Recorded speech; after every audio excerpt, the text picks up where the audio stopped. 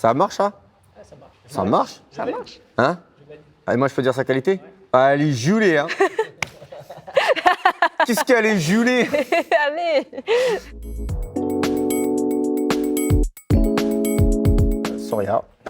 Mehdi. On est un couple de danseurs, un duo, mais un couple aussi dans la vie. Donc voilà, on travaille ensemble, on mange ensemble, on dort vit ensemble, on vit tout ensemble. Les enfants ensemble, les chiens, les maisons, tout. Voilà. Tout. Bah, du coup, moi j'ai commencé vraiment par le breakdance. Et puis j'ai viré un peu en travaillant avec des chorégraphes différents vers un peu de contemporain. Et du coup, maintenant je mélange les genres. Je suis plutôt hip-hop abstract. Donc c'est quelque chose qui nous définit aujourd'hui parce que c'est vrai qu'on a essayé de faire évoluer notre danse qui est basiquement du hip-hop. Non pas en superposant les arts parce que c'est souvent ce qu'on a eu tendance à faire dans les années précédentes.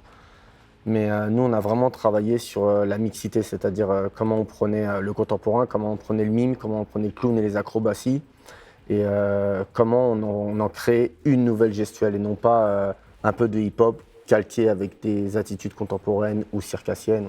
Voilà, donc ça a été un long cheminement. Aujourd'hui, on commence à peine, je dirais, à trouver l'écriture comme on l'a souhaité au début.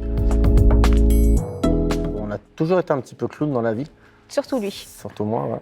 Il faut savoir qu'il est clown du matin au soir. Et bon, voilà. Et ça, c'est déjà la première base. Ouais. Et du coup, non, c'est vrai que j'ai toujours été imprégné par l'univers clownesque. Le clown, l'entité en lui-même, j'ai toujours trouvé ça dingue. Donc du coup, j'ai commencé par travailler du clown traditionnel.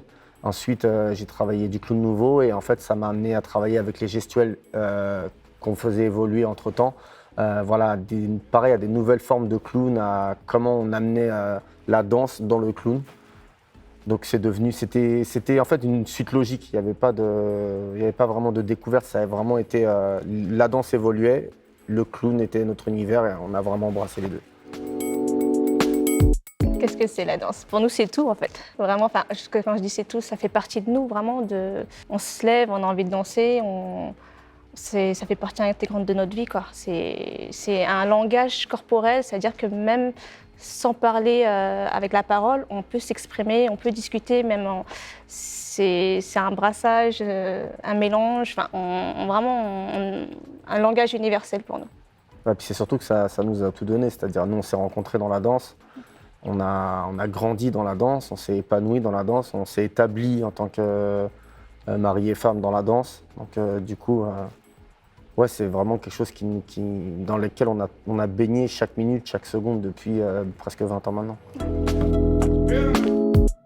Sur les débuts, c'est travailler avec quelqu'un avec qui on est en couple dans la vie, surtout quand il y a quelque chose qui nous tient vraiment, c'est très difficile. C'est vrai. Parce que pour faire la part des choses entre la vie de couple et le travail, c'est un long processus dans lequel on a eu beaucoup de difficultés, c'est normal. Et on les a surmontés avec le temps, ça a été vraiment un très long cheminement. Mais une fois qu'on a réussi à passer tous ces caps-là, après ça va vraiment beaucoup plus vite. J'ai jamais dansé avec quelqu'un avec qui je peux aller plus vite qu'avec Soria, c'est impossible.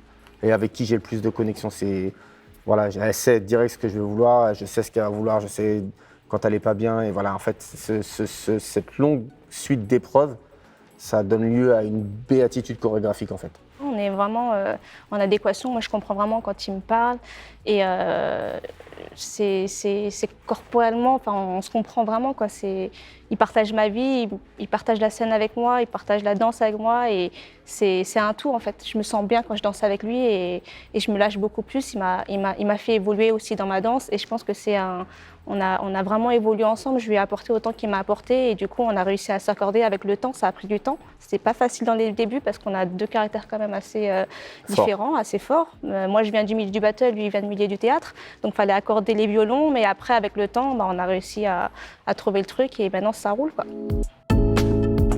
Pour moi, la danse, ça a été vraiment une rencontre hasardeuse. C'est-à-dire que moi, j'étais dans l'univers plutôt football. Et j'ai eu une maladie de croissance qui s'appelle le Good Slayer, donc ça m'a beaucoup ralenti. Donc du coup, vu que j'étais en centre de formation, j'ai très mal vécu la chose. Et par hasard, je suis tombé sur un film où il y avait des scènes de danse et je suis vraiment resté ébahi par ce qui se passait. Donc j'ai commencé à m'entraîner et puis je suis tombé dedans comme ça et puis j'ai plus jamais lâché en fait. Pour moi, c'était la première fois dans ma vie où je pouvais faire quelque chose sur laquelle personne n'avait de contrôle. Personne ne pouvait me dire quoi faire. Que ce soit familial, ami, c'était mon univers. Et donc du coup, je me suis vraiment épanoui dedans. Pour ma part, moi j'ai une formation de gymnaste. Après, avec le temps, j'ai commencé un peu à tourner en rond. J'ai l'impression que c'était un peu... J'étais limitée dans les mouvements. Enfin, on va essayer, c'est des mouvements très carrés et on s'arrête là. J'ai rencontré la danse hip-hop en 98 à peu près. On était baignés dans la musique hip-hop à ce moment-là. Il y avait des MJC, il y avait des après-midi. Et donc du coup, j'ai rencontré des danseurs dans les cercles. Et c'est là en fait que je me suis mise tranquillement. Je savais que j'avais des facilités au sol, j'aimais bien tout ce qui était assez spectaculaire, assez dur. Et donc du coup, j'ai rencontré des danseurs qui venaient du groupe Wanted, donc qui m'ont formée. Et du coup, on a commencé les compétitions et je suis vraiment tombée amoureuse de cette danse-là parce que ça m'a permis de vraiment m'épanouir.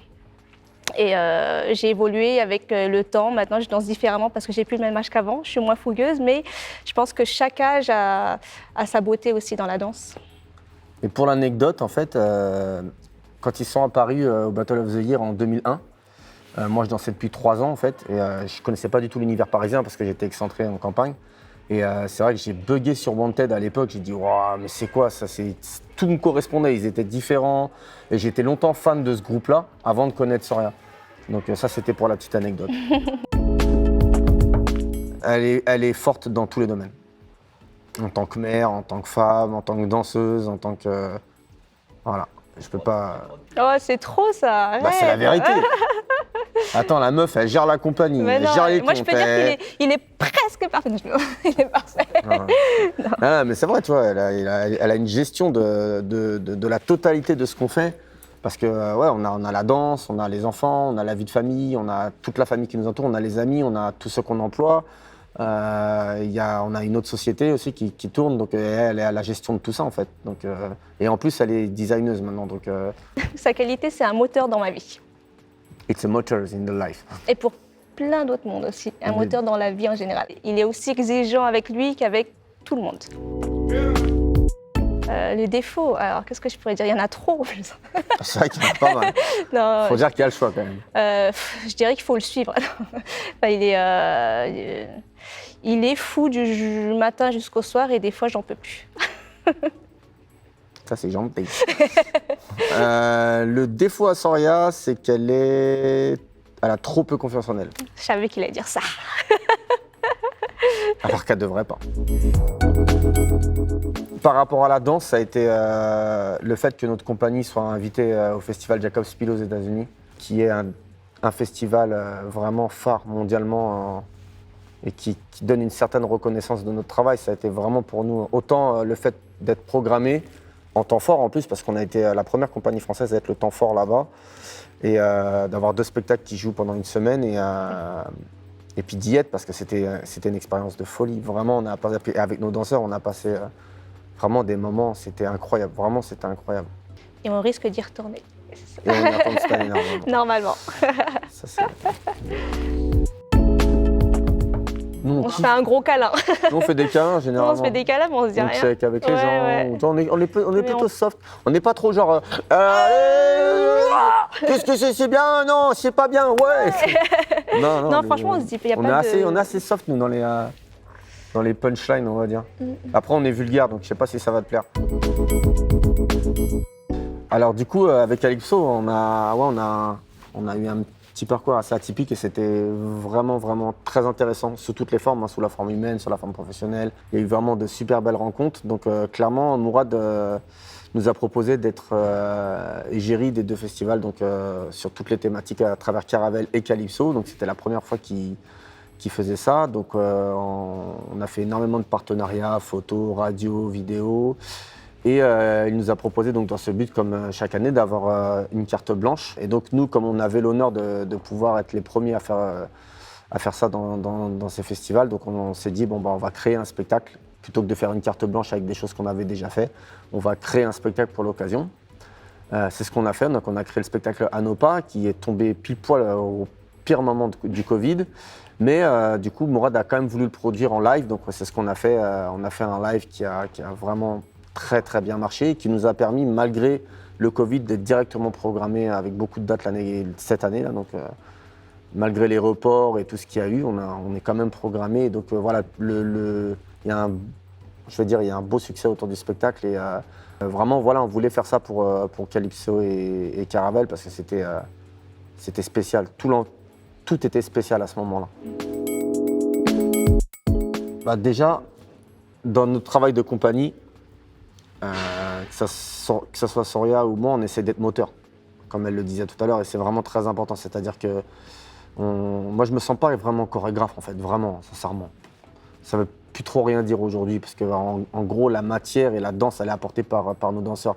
Donc nous, en fait, notre rôle, c'est plus tant d'être chorégraphe, mais plus d'être metteur en scène, et c'est surtout d'être moteur. Donc comme on donne envie à nos danseurs, bah déjà nous-mêmes, on va mouiller le maillot avant eux. Déjà. Voilà, on va être tout le temps fédérateur. Et voilà, on va vraiment essayer de les mettre dans des conditions optimales pour qu'ils puissent se sentir bien. On essaie vraiment aussi, quand on donne des stages aussi, c'est de faire improviser les gens. C'est-à-dire qu'on a aussi pas mal de... Des fois, on a des classiques qui sont assez formatés. Et du coup, nous, on essaie de casser un peu leur danse en juste le temps de notre stage pour qu'ils essaient aussi de s'exprimer vraiment intérieurement et de se lâcher complètement pour essayer de trouver des nouvelles directions. Et on a une approche assez différente au niveau de ce travail-là, quoi, pour vraiment faire ressortir ce que tu as à l'intérieur, plus que ne pas faire que de la forme.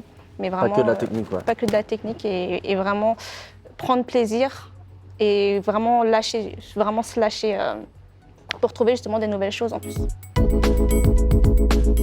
Okay. Donc voilà, pour répondre simplement à ta question, je pense sincèrement que le mouvement, la danse, c'est la rare liberté qui nous reste, même peut-être l'unique liberté qui nous reste. Donc en quoi ça change le monde? Aujourd'hui, on est un peu privé de toute liberté. Je pense qu'il n'y a pas besoin de s'étaler sur le sujet, mais que la danse, ça reste quelque chose que tu ne peux pas stopper. C'est universel. C'est universel, ça passe au-delà de tout. Tu peux danser dans tous les pays, tu peux faire ce que tu veux, on ne peut pas t'interdire de danser. Tu as besoin de rien. On peut t'interdire de parler, on peut même t'interdire de penser comme tu veux. On ne peut pas t'interdire de danser. Nous, on a mis du temps à construire tout ce qu'on a construit. C'est qu'aujourd'hui, qu'on commence à vraiment à créer des choses. Vraiment, on a mis du temps pour ça. Le spectacle, c'est un monde très difficile, mais c'est un monde aussi très gratifiant. Et quand vous sortez de scène ou quand les gens viennent vous voir pour ce que vous avez pu leur donner, c'est quelque chose. Vraiment, c'est quelque chose. Vous changez des mentalités, vous changez des vies. Il y a des gens qui vous suivent, qui vont vous poser des questions. Et c'est vraiment une chance qu'on a. Donc voilà, quand tu parlais de changer le monde, ça en fait grandement partie. Et c'est impactant, autant pour nous que pour nos enfants, que pour les gens qui nous suivent. Donc on ne va pas lâcher, nous, on va continuer à travailler dur. Et voilà. On va continuer à donner du rêve juste en dansant.